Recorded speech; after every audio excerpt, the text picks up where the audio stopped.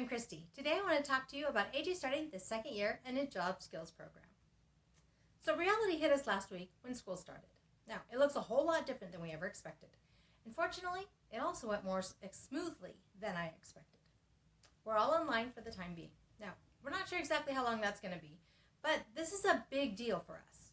Now, as I mentioned before, we're the 5th largest district in the country, and as much as 60% of our students struggle to have internet or a device to attend school on regularly.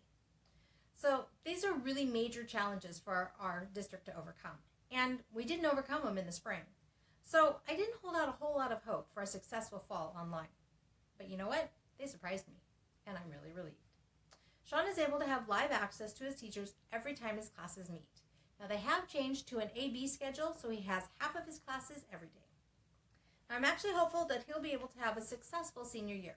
Well, academically anyway. As for AJ, his work is returning online as well, although with some improvements over the summer. He now has 2 half-hour or 45-minute live classes each day that he attends, just like Sean does. And then he has work to complete that they go over in those classes before the next meeting.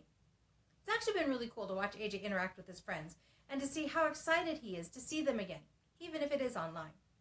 He's quite animated at times and super loud. Now, while the rest of us are quite entertained by his antics, I'm also glad to see him engaging in these classes and with his peers. Maybe even more importantly, though, he's also completing the work more independently, even more than he did this summer. And it's the same work that he was doing over the summer because this program uses the same content for all of June, July, and August. So it'll be interesting to see what happens when September comes. And by more independently, I mean there was one day last week he did all of his work completely on his own. Like, I wasn't even home. I was at another class away from home all day, and the work still got done. Whew, so relieved to hear that.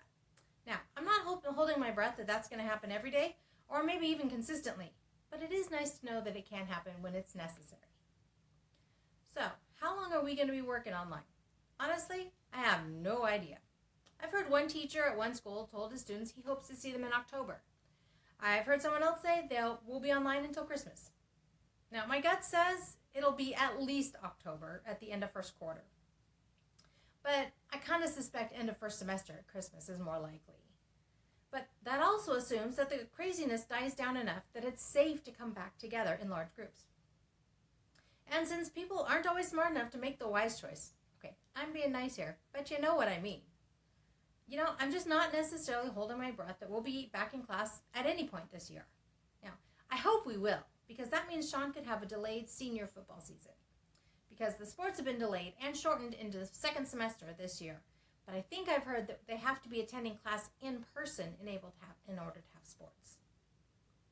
But as far as AJ is concerned, his program has other issues to consider as well.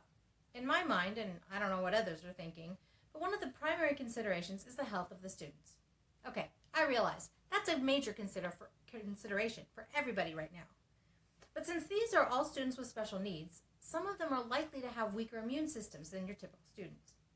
This also means that not only are they more susceptible to germs, but that this whole nastiness could hit them much harder than the typical person. Therefore, they need to be protected more than typical students do. And since many of them are less aware of how to protect themselves, others need to do it for them. So again, in my mind, until it's safe to return to some form of normal, okay, it's going to be a new normal, but some sort of new normal, I just don't think it's smart to bring these kids back into the work environment. Yes, they do need to work on improving their work skills, but not at the risk of their health. So once again, I find myself thinking, it's going to be really interesting to see how all of this plays out and what our new lives will look like after COVID-19. I'm not sure I have very many expectations. And while part of me really does want the boys to return to some kind of normal life, and I'd love to get back to my Starbucks to get more work done, I find myself also quite content with where we are. We're safe, we're learning, we're healthy, and we're remaining flexible. So what all have I learned from this time in quarantine? And what lessons do I want the boys to walk away with from this? Well, here's a few things that come to mind. First of all, be flexible. Things don't always go the way we want them to. Being flexible makes this transition easier. Second, make the best of the situation, regardless of how good or bad it is. You can always find something to be grateful for, Or you can always find something to complain about. Your choices determine how positive or negative the situation is. Third, look for the positives. Now, as I mentioned in last week's post, and I've got a link to that over on the blog, that's at www.havenofhopeforme.com. This originally posted the end of August of 2020. As I mentioned last week, though, looking for the positives help makes even bad situations better, or maybe even bearable. And finally, know that everything has an ending.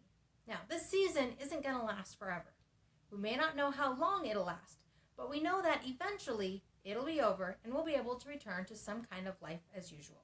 It probably won't look quite the same as before, but this season of quarantine and isolation will end. You can count on it. So that leads me to the question for this week.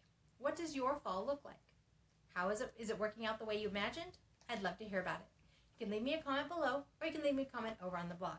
Again, that's at www.havenofhopeforme.com. This is originally posted in August of 2020. As always, I'd appreciate it if you'd share this with anybody you think would find it helpful. I'd love to help as many families as I can. I have a couple cheat sheets available over on the website. They are overviews of a couple of the series that I've done. All it'll cost you is your email address. Signing up will also let you know about all newly released content as soon as it's available. I'm looking ahead with more optimism than I expected, and I'm grateful that I can still say that life is good and there is never a dull moment.